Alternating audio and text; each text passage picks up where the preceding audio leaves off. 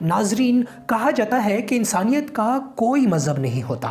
یہ ان دنوں کی بات ہے جب پشاور تجارتی مرکز تو تھا، لیکن صحت عامہ کا کوئی بڑا ہسپتال موجود نہیں تھا۔ ایسے میں ایک عورت کا ایسا اقدام جو آج تک کروڑوں لوگوں کے زخم بھر چکا ہے۔ لیڈی ریڈنگ ہسپتال، جو خیبر پختونخوا کا آج بھی سب سے بڑا ہسپتال ہے۔ اس ہسپتال کا خیال اس وقت ایک انگریز خاتون کو کیسے آیا، یہ خاتون کون تھی اور ہسپتال کی تاریخ کیا ہے، یہ سب جاننے کے لیے ہمارے ساتھ رہیے۔ اور اگر آپ پہلی بار ہمارے چینل پر آئے ہیں تو اس کو سبسکرائب کر لیں، ساتھ دیے گئے گھنٹی کے نشان کو دبا لیجئے۔ ناظرین، کہتے ہیں کہ 1921 میں برطانیہ کی ایک خاتون جو کینسر جیسے موذی مرض میں مبتلا تھیں، ان کے شوہر کی بطور وائسرائے ہندوستان میں تقرری ہوئی۔ بیماری کے باوجود وہ اپنے شوہر کے ساتھ ہندوستان آئی اور یادوں کا ایک سمندر چھوڑ گئی۔ اس خاتون کو لیڈی ریڈنگ کے نام سے دنیا جانتی ہے۔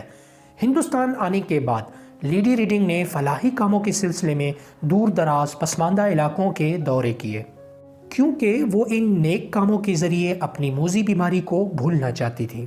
ایلس ایڈتھ آئزکس یعنی لیڈی ریڈنگ ہندوستان کے وائسرائے روفس آئزکس کی پہلی اہلیہ تھی، جو 1921 سے 1926 تک ہندوستان میں تعینات رہے۔ دوستو، ایک رائے یہ ہے کہ اس وقت لیڈی ریڈنگ قلعہ بلح حصار میں قیام پذیر تھی۔ ایک دن وہ گھوڑے پر پشاور کی سیر کرنے نکلی اور گھوڑے سے اچانک گر گئی۔ قریب ہسپتال نہ ہونے کی وجہ سے ان کے زخموں کا بروقت علاج میسر نہ ہو سکا، جس کے بعد انہوں نے یہاں پر ہسپتال بنانے کا فیصلہ کیا۔ لہٰذا ہسپتال کے لیے جگہ کا انتخاب قلعہ بلح حصار، قصہ خانی بازار، خیبر بازار اور صرافہ بازار کے عین وسط میں کیا گیا۔